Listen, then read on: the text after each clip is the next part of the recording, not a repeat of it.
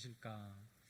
사실 여러 가지 정의로 내릴 수 있겠지만 설교는 성경을 통해서 하나님께서 말씀하시고 싶은 의도, 그것을 파악하는 것입니다. 그리고 성도들에게 그 하나님의 의도가 무엇인지를 전해주는 것이 설교라 생각할 수 있습니다.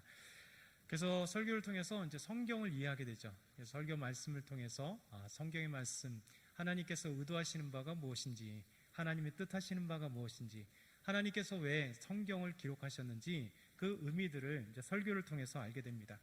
그래서 하나님의 의도를 알았다면 이제 이 시대를 살고 있는 그리스도인들이 이제 어떤 삶을 살아갈 것인가?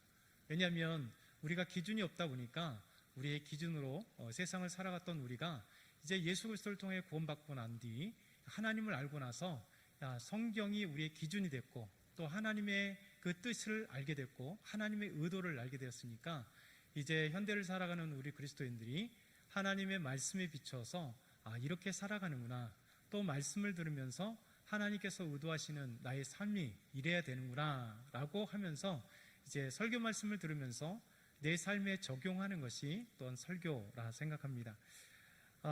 정말 우리가 삶을 살아보면 특별히 이제 은혜 받는 삶이냐, 성령이 충만한 삶이냐라는 것을 평가할 수 있어요. 어떤 거로 평가할 수 있을까요? 우리 삶이 진짜 은혜 받은 삶인가, 은혜 충만한 삶인가, 성령 충만한 삶인가? 이것은 간단하게 이런 것으로 우리가 평가해 볼 수 있을 것 같아요. 여러분도 아마 대상이 되는지 생각해 보시죠. 간단합니다.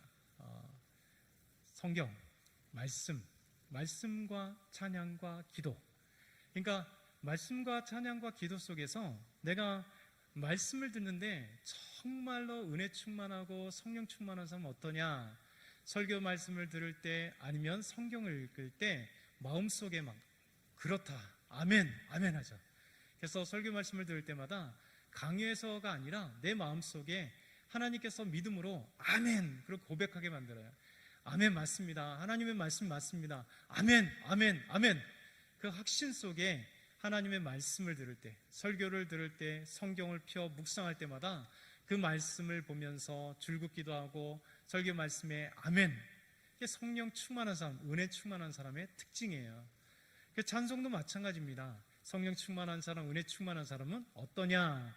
찬송 부를 때요, 막 눈물이 나면서 하나님께 찬송 드리기도 하고, 찬송을 부를 때 막 기쁨이 가득해서 하나님께 찬송 드리기도 하고, 찬송 부를 때마다 은혜 가득해서 하나님께 찬송을 부를 때마다 막 은혜의 물결이 내 삶을 막 지배해요. 감사와 찬송과 눈물과 그 고난 속에서도 하나님께 감사. 이게 은혜 받은 사람들의 특징입니다. 기도할 때도 마찬가지예요. 성령 충만한 사람, 은혜 충만한 사람은 우리가 기도할 때 막 뜨겁게 막 기도하죠. 우리 마음속에 불붙는 열정으로 성령님께서 우리 마음 가운데 우리를 막 기도하게 하세요. 기도할 때 부르짖어 기도하는 사람 있고, 기도할 때도 은혜 충만하게 기도하고, 그 기도가 성령 하나님께서 나를 통하여 기도하게 하시는 거예요. 그래서 성령 충만한 사람은요, 기도의 그 말이 달라요. 내 것만 가지고 기도하지 않습니다. 교회를 위하여, 세상을 위하여, 북한을 위하여, 전 세계 복음화를 위하여, 우리 가정을 위하여, 회사를 위하여 정말 뜨거운 마음으로, 왜요? 성령께서 내게 불붙게 하시거든요. 그래서 연약한 성도들 생각나면 그 연약한 성도를 위하여 기도하고요, 또 누가 생각나면 뜨겁게 그를 위하여 기도하고요, 병약한 성도가 있으면 병약한 성도를 위해서는 막 성령님께서 기도하게 하세요. 그래서 우리가 말씀과 찬송과 기도할 때 우리가 은혜 충만한 사람인가, 또 성령 충만한 사람인가 아닌가를 생각해 볼 수 있겠습니다. 또 반대로 이런 경우가 있어요. 은혜 충만하고 성령 충만하기 때문에 하나님 말씀만을 볼 때마다 아멘 아멘 고백하고요, 찬송할 때마다 뜨겁게 기쁨으로 찬양하고, 기도할 때도 그렇게 뜨겁게 기도한다면, 반대로 하나님께서 말씀을 통해서, 찬송을 통하여, 기도를 통해서 하나님 은혜를 주세요. 여러분, 우리가 심령이 연약하고 갈급하고 힘들 때 하나님께서 은혜의 방편으로 하나님 말씀을 통하여 은혜를 주세요. 그러니까 하나님께서 우리에게 막 은혜를 주실 때 말씀이 깨달아집니다. 말씀을 읽을 때 막 눈물이 나요. 왜냐하면 그 말씀이 내 심령에 들어오기 때문에. 그래서 내 심령을, 잠잠했던 내 심령을 막 깨워요.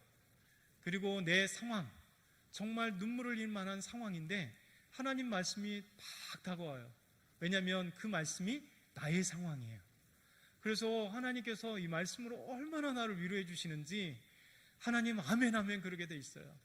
연약한 나에, 부족한 나에, 충만하지도 않은 나에게 하나님께서 은혜를 주시려면 그 말씀을 통하여 내 삶을 비춰보고 내 상황을 비춰보게 되고, 그리고 내 자녀들의 삶을 비춰볼 때 내 상황을 하나님의 말씀을 통하여 깨닫게 하시고 은혜 주시는 놀라운, 찬양도 마찬가지입니다.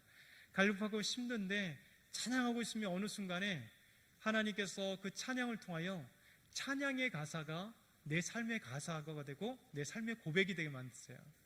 그래서 어느 순간에 착 쳐주셔서 하나님께서 이 찬양의 가사가 정말로 나의 삶의 고백이 되게 하심으로써 감사와 찬송과 기쁨으로 은혜 충만하게 만드시고요. 기도도 마찬가지입니다. 기도가 나오지도 않고 힘들고 뻑뻑하고 정말 어려운데 하나님이 그 기도를 통하여 은혜를 주시면서 기도 때에 막 점점 은혜 충만해지기 시작을 합니다. 성령이 충만해지기 시작해요. 감격이 차게 내게 돼요. 이게 두 가지입니다. 그러니까 은혜 충만하고 성령 충만해서 말씀이, 찬송이, 기도가 다 은혜일 수도 있고, 우리가 은혜로 저 밑바닥인데 어느 순간에 하나님께서 은혜를 부어주심으로 말씀으로 또 기도로 또 찬송으로 하나님께서 은혜를 마음껏 부어주실 때 우리가 다시 살아나는 경우가 있습니다. 이것이 바로 하나님의 은혜예요. 사실 우리 삶이 다 하나님의 은혜죠. 그러니까 하나님의 말씀을 참 살펴보면 그것만큼 은혜가 되지 않아요. 그래서 말씀을 깊이 보다 보면 하나님의 말씀이 무엇인가. 근데 하나님의 말씀을 잘 듣다 보면 또 파악하고 공부하다 보면 사실 성경은 우리의 뜻과 우리의 생각으로 판단하고 해석하는 것이 아니라 하나님께서 어떤 의도로 우리에게 주셨는지, 하나님의 말씀이 무엇은 뜻인지를 알아야 됩니다. 그래서 오늘 데살로니가 전서를 저희는 계속 수요일마다 제때는 보고 있는데, 이 데살로니가 전서에 쓰여진 이 저자가 누구예요? 사도 바울이잖아요. 그러면 사도 바울이 누구인지를 알아야 되고, 데살로니가 전서를 이해하기 위해서는 사도 바울이 어떤 마음으로 어떤 생각을 가지고 데살로니가 교회 교인들에게 이 편지를 썼는가를 그 사도 바울의 입장이 돼야 정확하게 알 수 있는 거예요. 그리고 그렇다면 이 데살로니가 교회에 어떤 상황이 있길래 사도 바울은 이 데살로니가 전서 후서의 말씀을 데살로니가 교회 성도들에게 편지로 썼을까? 그러니까 데살로니가 전후서를 통해서 데살로니가 교회의 문제점, 그 상황들을 이해해야 되겠죠. 그러면 세 번째, 그러면 사도 바울이 데살로니가 교회가 이런 상황인데, 그렇다면 그 상황 속에 이 데살로니가 전서와 후서를 기록할 때 의도가 무엇인가? 이것을 알게 되겠죠. 그러면 그 의도가 무엇이냐를 알면 데살로니가 교회가 당면한 문제, 그 당면한 문제를 믿음으로 극복할 수 있는 방법이 무엇인지를 알게 되잖아요. 그러면 데살로니가 전서, 데살로니가 전후서를 정확하게 하나님의 의도에 맞게 잘 우리가 뜻을 알게 되는 겁니다. 성경은 우리가 그렇게 파악을 해야 되는 겁니다.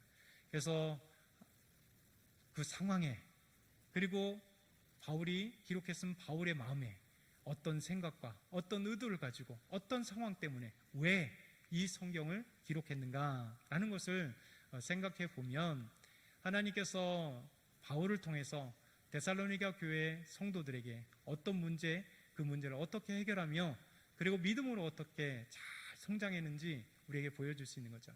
그러면서 이 말씀을 기억하면 우리 삶에 지금 2021년도를 살고 있는 우리에게 하나님께서는 또 어떻게 말씀하신 바를 우리에게 또 적용해 볼 수 있게 되는 것입니다. 오늘은 여러분에게 오늘 설교와 함께 마치 성경 공부처럼 오늘 본문을 한번 잠깐 분석을 해보면서 말씀을 이해해 보려고 그래요. 자, 10절 말씀입니다. 자, 위를 보시죠.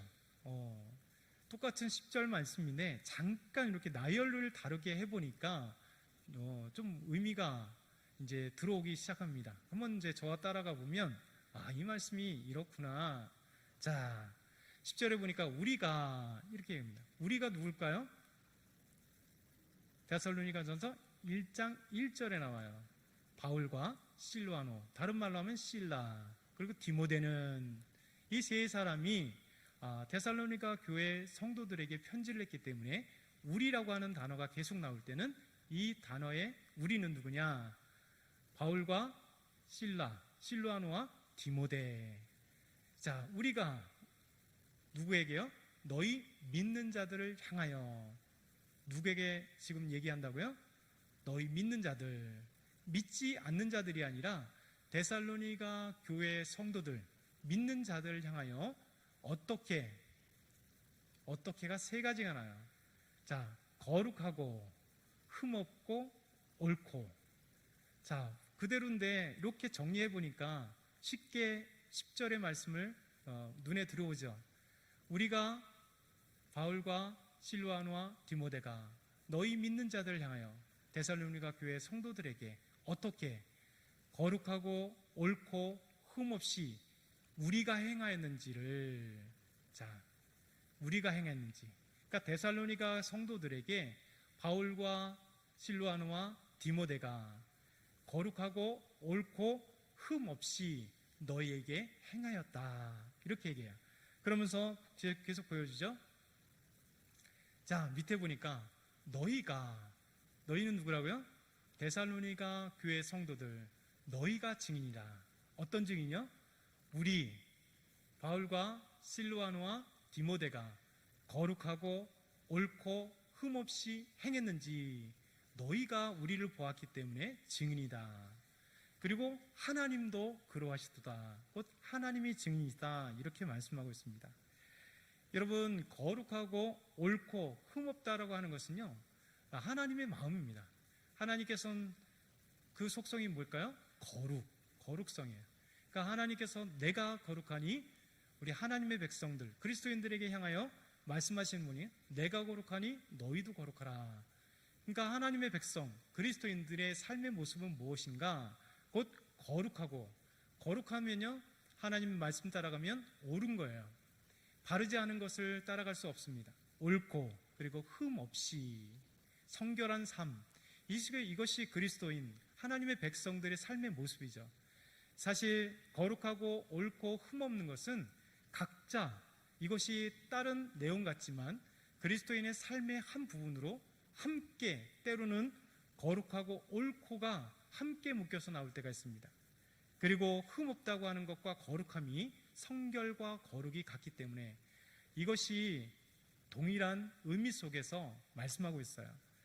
성경에는 또 이렇게 너희도 증인, 사람도 증인이요 하나님도 증인이시다 라고 하는 표현이 성경 곳곳에 있어요.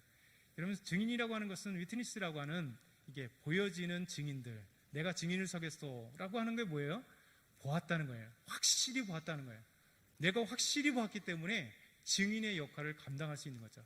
그래서 데살로니가 교인들이 우리 이 바울과 실루아노와 디모데가 어떤 삶을 이렇게 거룩하고 옳고 흠없이 살아간 것을 우리가 증인한다. 그리고 하나님도 증인이시다, 이렇게 말씀합니다. 뒷장 보게 되면 요한복음 5장 26절 27절, 하나님도 증인, 사람도 증인, 이것이 사도행전 5장 32절에도 나와요. 본문 말고도 여러 곳에 나오는데요. 자, 한번 같이 요한복음 5장 26절 27절 같이 한번 읽어볼까요? 시작. 내가 아버지께로부터 너희에게 보낼 보혜사, 곧 아버지께로부터 나오시는 진리의 성령이 오실 때에 그가 나를 증언하실 것이요 너희도 처음부터 나와 함께 있었으므로 증언하느니라. 자, 이 말씀 보세요. 내가, 지금은 이제 요한복음 5장이니까 예수님이세요. 예수님께서 제자들에게 말씀하는 거예요. 내가 아버지께로부터 너희에게 보낼 보혜사.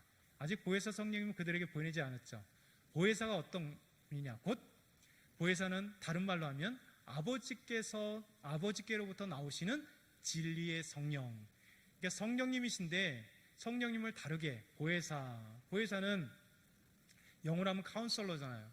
우리에게 보호해 주시고 파라클레이스토스라고 헬라어는 그래요. 그래서 우리와 함께 하시고 위로하시고 상담되어 주시는 그런 분이 성령님이시다. 근데 그 성령님이 진리의 성령님이세요. 진리의 성령, 이게 바로 꾸며주는 말로 성령님이나 하나님이나 예수님을 자주 이렇게 꾸며줌으로써 그분이 누구신지를 우리에게 보여주고 있죠. 자, 예수님께서 말씀하시는데 아버지께로부터 너희에게 보낼 성령, 보혜사, 그 아버지께부터 나오는 진리의 성령, 그가 나를, 예수님을 증언하신대요. 또 너희도, 제자들도 처음부터 예수님이 부르셔서 3년 동안 너희들과 함께 있었는데 처음부터 나와 함께 있으므로 너희들이 증언한다. 그러니까 예수님에 대한 증언을 성령님이 증언하시고 그리고 제자들도 증언하신다. 그러니까 하나님도, 성령 하나님도 증언하시고 제자들, 사람도 증언하신다, 이런 표현이에요. 또 사도행전 5장 31절 우리 한번 같이 한번 읽어볼까요? 시작. 우리는 이 일의 증인이요 하나님이 자기에게 순종하는 사람들에게 주신 성령도 그러하시니라 하더라. 우리는, 베드로 그 일행을 얘기합니다. 베드로가 이 일은 이제 앞에 절인데 안 읽었어요. 31절에 보면 예수님의 십자가의 죽으심과 부활, 예수님의 십자가의 부활에 대한 증인이다. 우리가 하나님이 자기에게 순종하는 자들에게 주신 성령도 그러하시도다. 성령님도 증언하신다. 예수님께서 십자가에 죽으시고 부활하신 이 놀라운 사건, 이것을 통하여 구원하시는 이것이 바로 누가 증인이냐? 우리가 증인이다 이거야. 우리가 보았던 예수님께서 십자가에 죽으시고 부활하신 이 사건과 그를 통하여 구약부터 시작했던 메시아가 그분이라는 사실을 우리가 증언한다. 그리고 성령님께서 또한 증언하신다. 이 말씀을 우리에게 말씀하시는 거예요. 이렇게 오늘 10절의 말씀에서 우리가 너희에게 거룩하고 흠없고 옳은 그 행실을 한 건 너희도 증인이고 그리고 성령님께서도, 하나님께서도 우리의 증언자가 되신다. 이렇게 말씀한 거 얼마나 확증적인 얘기입니까? 사도 바울이 이런 자신 있게 증언할 수 있던, 이렇게 말할 수 있던 것은, 여러분 만약에 하나님 앞에 거짓말이라면 하나님이 내 증인이다라고 할 수도 없고 너희가 다 보았는데 너희가 증인 아니냐 이렇게 얘기할 수 없다는 거죠. 그러니 데살로니가 성도들과 이 사도 바울과 그 일행의 관계가 어떠한가를 정말 볼 수 있잖아요. 아름다운 삶의 모습으로 되었던 것이죠. 이것이 바로 우리에게 주시는 거예요. 여러분, 본이라는 것이 얼마나 중요한지를 우리에게 보여주고 있잖아요. 사도 바울과 실로아노와 디모데가 데살로니가 교회 성도들에게 어떤 본을 보여줬는지라는 것을, 거룩하고 옳고 흠없는 아름다운 생활의 모습을 보여주는 거죠.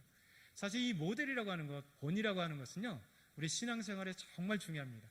왜냐하면 신앙생활하는데 어떤 사람이 나의 모델인가, 나의 본인가에 따라서 그 사람을 본받고 신앙생활했을 때 잘못된 사람을 본받았다면 잘못된 신앙을 가져요. 그런데 정말 믿음으로 옳은 사람, 바르신 분을 처음 스승으로 만나고 그리고 가까이 모델로 봤다면 정말 믿음의 아름다운 모습이 되겠죠. 그것이 우리의 모습입니다. 여러분, 이것이 사도 바울이 데살로니가 성도들에게 참된 모범의 삶의 증인, 그렇기 때문에 데살로니가 교회 성도들이 믿음이 어떻겠어요? 아름다운 믿음으로 자랐겠죠. 그래서 우리의 이 모델, 이것이 얼마나 중요한지를 우리에게 보여줍니다. 자, 11절은 이렇게 말씀하고 있어요. 11절. 자, 너희가 아는 바와 같이 데살로니가 교회 성도들이 안 돼요. 무엇을요? 우리가 너희 각 사람에게, 우리가 세 사람, 이제 우리로만 표현할게요. 우리가 너희 데살로니가 성도 각 사람에게, 여러분 전체에게도 했지만 각 사람에게 아버지가 자기 자녀에게 하듯, 참 멋진 말씀이잖아요. 여러분 7절에는 뭐라고 얘기했냐면 사도 바울이 유모가 자기 자녀를 기름같이, 사도 바울은요 이게 정말 사랑하는 마음, 사모하는 마음으로 할 때 어머니의 심성을 가지고 비유를 하세요. 그래서 유모, 어머니, 엄마 이런 표현을 통해서 내가 너희를 어떻게 잉태한 상고를 통해서 낳은 것처럼, 복음을 위해서 어떻게 해요? 산모가 아기를 잉태하고 상고를 통해서 낳은 것처럼 어머니의 심상이잖아요. 어머니의 이미지예요. 그러니 어머니는 정말 사랑의 이미지잖아요. 그래서 데살로니가 성도뿐만 아니라 교회에 편지할 때마다 사도 바울은 이렇게 어머니의 심성, 어머니의 이미지를 가져요. 그래서 그들을 사모하고 사랑하는 표현을 내가 유모같이, 또 너희의 어머니같이 너희를 낳은 그 뱃속에서 잉태하여 산고의 고통을 통해서 너희를 복음으로 낳은 너희를, 여러분 그리스도의 심장으로 너희를 사랑한다 이렇게 표현해요. 또 다르게 아버지의 심상을 갖고 하는 거예요. 오늘 말씀 보니까 아버지가 자녀에게 하듯, 여러분 이제 역사를 초월해서 항상 동서를 막론하고 아버지의 심상은 뭐냐면 바른 거잖아요. 다 권위 있고. 그래서 가장이 자녀들에게 훈계를 할 때는 어머니도 당연히 훈계하지만 아버지의 역할들이 뭐냐면 훈계의 역할들이에요. 그래서 근엄하면서 자녀들을 바르게 탁, 이것이 시대를 막론하고 동양이나 서양 성경의 시대나 우리 시대나 아니면 성경의 그 장소나 우리 시대나 마찬가지입니다. 그래서 사도 바울은 아버지와 같이 데살로니가 교회 성도들을 어떻게 했냐면 세 가지 보여주세요. 다시 한번. 권고하고 위로하고 경계하노니. 그러니까 사도 바울과 실로아노와 디모데가 너희에게, 데살로니가 교회 성도들에게 아버지와 같은 마음으로 너희들에게 권면한다. 이런 권면을 그 한자 그대로 하면요, 알아듣도록 권하고 격려하여 힘쓰게 함. 영어로 하면 커리지죠. 이 커리지는 뭐냐면 이제 힘을 북돋아 준다는 거예요. 격려함으로써 막 혼내는 게 아니라 이 권면을 통해서 힘을 북돋아 줘. 내가 다시 일어날 수 있도록 이렇게 권면해 주는 거죠. 위로는 따뜻한 말이나 행동으로 괴로움을 덜어주거나 슬픔을 달래주는 것.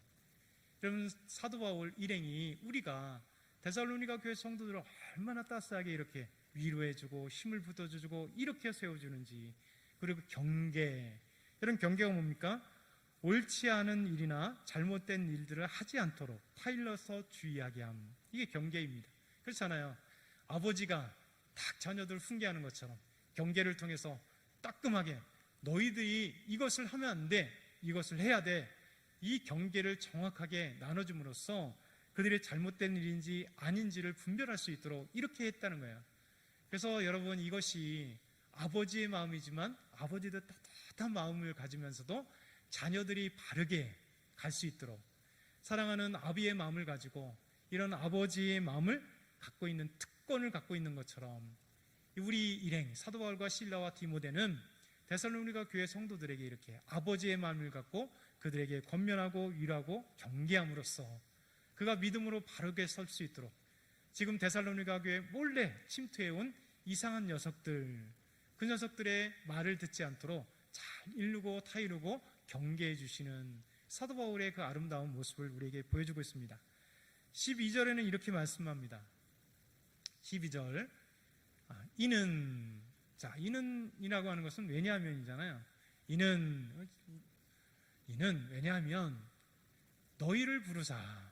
그러니까 앞에 왜 너희에게 이렇게 얘기를 했냐면 너희를 부르사. 부른 게 뭡니까? 구원으로 부른 것이에요. 그러니까 데살로니가 교회 성도들이 데살로니가에 수많은 그리스 우상들이 가득했다 그랬잖아요. 우상이 가득하고 하나님을 믿지 않았던 하나님이 그들을 부르셨어요. 어떤 자리로요? 구원의 자리로 부르신 겁니다. 하나님의 백성, 성도의 자리로 부르셨어요. 그래서 교회 성도의 부르심으로, 그리고 그들을 불러서 그리스도인으로 부르신 거예요. 다 똑같은 얘기지만 이렇게 다양한 표현으로 여러분 그들을 구원의 자리로 부르셨습니다. 그리고 교회의 성도로 부르셨고 그리스도인으로 부르셨어요. 그 이유가 뭐냐?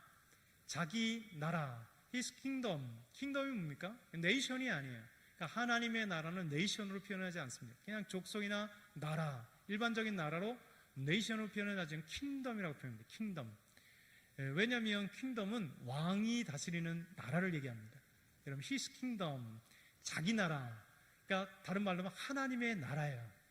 여러분 하나님이 왕이시고 우리는 그의 백성이 되는 거예요. 그러니까 하나님의 통치하시고 우리는 그 통치를 받는 것.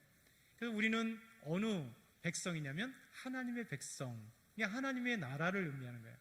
하나님이 왜 데살로니가 사람들을 불러서 구원하셨고 데살로니가 교회 성도로 만드셨고 그리스도인 되게 하셨냐? 그것은 바로 하나님의 나라, 그 나라의 백성이 되게 하시고, 그리고 그의 나라와 영광, 그 나라와 영광에 한번 다시 보여주세요. 자기 나라와 하나님의 나라와 영광에 뭐하라고요? 이르게 하시는 하나님께. 다른 얘기는 하나님께서 데살로니가 성도를 부르셔서 구원하셔서 교회의 성도가 되게 하시고 그리스도인 되게 하신 이유는 하나님의 나라 백성이 되게 하셨고, 그리고 하나님의 영광에 이르도록 하나님께서 부르셔서 그들을 이르게 하신 거죠. 그러면 뭐냐? 너희가, 성경에는 없는 얘기예요. 근데 너희에게 지금 얘기하는 거예요. 너희가 그러면 어떻게 해야 되느냐? 합당히 행하게 하려 함이니라. 여러분, 이런 사실을 알게 되면 아버지가, 우리가 너희를 아비처럼 훈계하는 이유가 뭐냐? 그의 나라와 영광에 이르게 하시는 하나님께 너희가 합당한 생활을 하게 하려 함이라. 여러분, 그 합당한 생활이 뭡니까?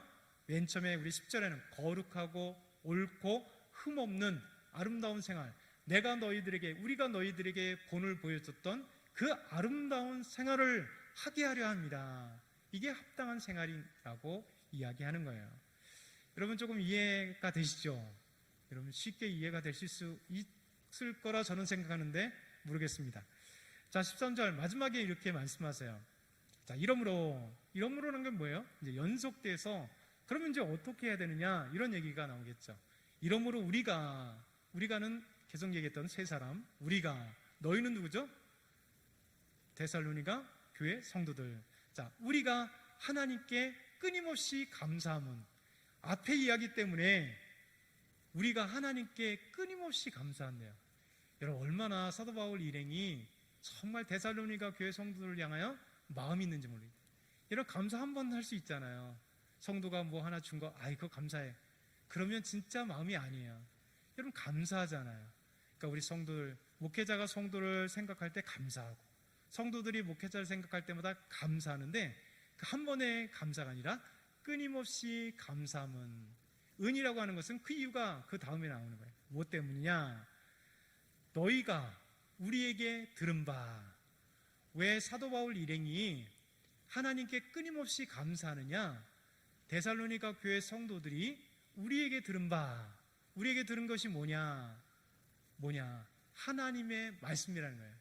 하나님의 말씀을 들었는데 그 말씀을 받을 때, 다른 표현으로 받을 때에 어떻게 했다고요? 사람의 말로 받지 아니하고 하나님의 말씀으로 받음이니. 여러분, 이것이 진짜 그리스도인이에요. 여러분, 복음의 말씀을 전할 때 이 복음의 말씀이 하나님의 말씀이고, 설교 말씀을 통하여 들을 때 설교 말씀을 통해 하나님의 음성을 들어야 되는 거예요. 여러분, 은혜 있는 자와 은혜 없는 자의 차이점은 뭐냐면, 하나님의 말씀을 전하는데 하나님의 말씀으로 받는 자는 은혜 있는 자예요. 성령이 충만한 자예요. 하나님 말씀을 깨닫게 하셔요. 그런데 하나님의 말씀을 전함에도 불구하고, 성경 말씀을 읽음에도 불구하고 하나님의 말씀으로 듣지 못하는 자는 절대 하나님의 뜻을 깨닫지 못하고 은혜를 받지 못하는 거예요. 여러분, 데살로니가 교회 성도들은 어땠다고요? 사도 바울 일행이 하나님의 말씀을 전할 때 그 말씀을 들은 거 어떻게 하냐면, 사람의 말씀으로 듣지 아니하고 하나님의 말씀을 들음으로 통해서 그들은 무엇이 됐다고요? 하나님의 부르시는 자리에 들어간 거예요. 그래서 그리스도인이 되고 구원의 자리에 되고, 그래서 데살로니가 교회 성도들이 되어서 그의 나라와 영광에 이르게 되는 놀라운 역사가 이루어지는 거죠. 여러분, 하나님의 말씀을 들을 때 여러분, 우리 영혼이 변화되는 겁니다. 하나님의 말씀이 들을 때, 여러분, 에스겔이 골짜기 갔을 마른 뼈가 가득한 그 골짜기에서 하나님이 에스겔에게 대언하라고 하잖아요. 여러분, 하나님의 말씀을 대언할 때 마른 뼈들이 달겨닥거리던 마른 뼈들이 붓기 시작합니다. 심줄이 돋기 시작합니다. 살이 돋기 시작합니다. 그리고 완전한 인간이 되는 거예요. 그것에 다시 대언할 때, 생기가 들어가라 할 때, 하나님의 말씀을 있는 그대로 대언하라 할 때, 그 말씀을 믿고 에스겔이 대언할 때 놀라운 기적의 역사가 일어나는 겁니다. 여러분, 하나님의 말씀이 우리 영혼을 살려요. 하나님의 말씀이 우리의 그 묻었던 영혼들을 다시 날카롭게 만드는 거예요. 하나님의 말씀이 우리 죽은 영혼들이 살아나게 만드는 거예요. 하나님의 말씀이 죄악 가운데 썩어져 갔던 영혼들이 예수 그리스도를 믿게 만드는 거예요. 하나님의 말씀이 이 우주 만물을 창조하신 능력의 말씀이 우리 영혼을 새롭게 만들고, 하나님의 말씀이 우리 삶의 문제를 해결하고, 하나님의 말씀이 우리가 주 앞에 나올 수밖에 없게 만들며, 하나님의 말씀이 우리 영혼을 새롭게 만들면 다시 뜨거워지는 거예요. 여러분, 하나님의 말씀을 들어야 돼요. 사람의 말로 듣기 시작하면요, 설교를 들어도 평가해요. 제일 나쁜 거잖아요. 하나님의 말씀을 들어도 하고 말아요. 하나님의 말씀을 들어도 이미 선입견 속에 목사가 전하든지 말든지 저 사람 내가 싫어 하고 문을 닫아버려요. 여러분, 이것이 얼마나 무서운 신앙의 썩은 건지 몰라요. 여러분, 우리 안에 신앙이 썩으면요, 우리 마음의 심성이 썩어버리면요, 화인 맞은 백성이 돼요. 아무리 하나님의 말씀을 전해도 듣지 않아요. 여러분 자신이 그렇지 않은가, 제 자신이 그렇지 않은가 생각해 봐야 돼요. 끊임없이 이 시대가 그렇지 않은가 생각해 봐야 돼요. 여러분, 이 시대는 말씀의 홍수의 시대예요. 여러분, TV만 틀면, 기독교 TV만 틀면 얼마나 말씀이 많이 나와요. 극동방송만 TV 가다가 자동차에 들어도 CBS나 극동방송 말씀이 많이 들려요. 우리 언제든지 성경을 들을 수 있어요. 매주마다 예배 때, 오전 예배, 오후 예배, 수요 예배, 새벽 예배, 금요기도에 말씀을 많이 들어요. 근데 우리가 정말 그 말씀에 아멘 아멘 은혜 받고 있나요? 그 말씀을 정말 하나님의 말씀을 듣고 있나요? 아니면 정말 우리가 그 말씀을 들어도 들었는지 안 들었는지, 예배 후에 기억나는 것 하나도 없이 가고 있는지, 내 심령이 뜨거워지고 있는지, 심령의 변화가 있는지 생각해 보아야 된다는 거예요. 여러분, 이 말씀 보니까 데살로니가 성도들은요, 사도 바울 일행이 하나님 말씀을 전하니까 사람의 말로 받지 않고 하나님의 말씀을 받았어요. 그러니까 이 말씀이 또한 너희 믿는 자 가운데서 역사하느니라. 하나님의 말씀을 들으니까 어때요? 역사가 일어나는 거예요. 여러분, 히브리서 4장 12절 13절 말씀을 잘 알 것입니다. 여러분, PPT는 없습니다. 하나님의 말씀은 살아있고 활력이 있어 좌우의 날선은 어떤 것보다 예리하여魂과 영과 및 관절과 골수를 찔러 쪼개기까지 하며 또 마음의 생각과 뜻을 판단하나니 지으신 것이 하나도 그 앞에 나타나지 않음이 없고 우리의 결산을 받으실 이의 눈앞에 만물이 벌거벗은 것 같이 드러나느니라. 여러분, 하나님의 말씀은 살았고 활력이 있습니다. 그래서 좌우의 날선 어떤 것보다 예리하여서 우리 혼과 영을 찔러 쪼개 수술해 버립니다. 그리고 우리 육신의 모습을 찔러 쪼개기까지 합니다. 그리고 우리의 마음과 생각 모든 것을 판단하십니다. 하나님의 말씀을 통하여 결산할 때 우리가 벌거벗은 것처럼 낱낱이 하나님 앞에 드러난다고 그러는 거예요. 그러니 우리가 이 땅에 살 때 하나님의 말씀을 다시 경청해야 돼요. 여러분, 경청이라는 것이 우리 신앙생활에 얼마나 중요한지 모릅니다. 그러니까 하나님의 말씀을 잘 경청하는 것. 이 아이들에게 경청 훈련하잖아요. 경청. 그래서 하나님의 말씀 뿐만 아니라 아이들이 부모님의 말씀을 잘 경청할 수 있도록. 그리고 요즘에 제가 이게 아파트 주변을 제 개봉역 좀 넘어가서 아파트가 있어 거기서 이제 아침 저녁으로 조금씩 운동을 하거든요. 막 걸어요. 얼마나 강아지들이 애완견이 많이 데리고 나오는지 뭐 개천지예요. 근데요, 이렇게 가보면 강아지를 기를 때도요, 애완견을 기를 때도요, 이게 말이 중요합니다.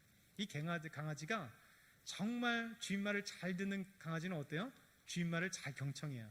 서 하면 탁 쓰게 돼 있어요. 가 그럼 딱 가게 돼 있어요. 훈련된 강아지는 주인의 말을 잘 경청해요. 믿음의 사람들은 하나님의 음성을 잘 경청해야 돼요. 그래서 여러분, 예배의 태도가 되게 중요합니다. 예배의 태도를 통하여 우리의 삶의 믿음이 달라져요. 예배를 통하여 어떻게 경청하는가? 여러분, 정말 말씀을 경청하려고 해야 돼요. 그 말씀을 이해하려고 해야 돼요. 그래서 먼저 하나님 앞에 기도하는 거잖아요. 하나님, 오늘도 말씀을 통하여 내 삶이 변화되길 원합니다. 오늘도 하나님, 설교를 통하여 내가 깨닫게 하여 주십시오. 하나님, 내 교만함을 내려주시고 하나님, 겸손한 마음으로 하나님의 말씀을 듣게 하옵소서. 여러분, 먼저 우리가 그 작업을 하는 거잖아요. 왜냐하면 우리의 심성은요, 아주 교만하게 이를 데 없어서 하나님 말씀을 잘 안 들으려고 그래요. 그리고 우리는 계속해서 죄에 묻어있기 때문에 거룩하신 하나님의 말씀이 잘 와닿지가 않아요. 그래서 우리는 또 이기적이라서 하나님 말씀을 들어오면요, 이 취사 선택을 해요. 이 말씀을 왜 전하지? 탁 내려놓고, 이것은 왜 나를 까는 거야? 탁 내려놓고, 이 왜 나를 죄를 뒤집어 후비는 거야? 탁. 이 말씀은 너무 좋아. 은혜되는 말씀이네. 이렇게 우리가 취사 선택을 하게 될 경우가 많아요. 이게 바로 썩은 신앙입니다. 저와 여러분이 이 썩은 신앙이 되지 않아야 돼요. 하나님의 말씀을 인간의 말이 아닌 하나님의 음성으로 들을 때, 하나님의 말씀을 들을 때 정말 우리 안에 역사하게 되어 있습니다. 저와 여러분 오늘도 이 말씀을 기억하면서 하나님의 놀라운 역사와 하나님의 놀라운 은혜가 있기를 축원합니다.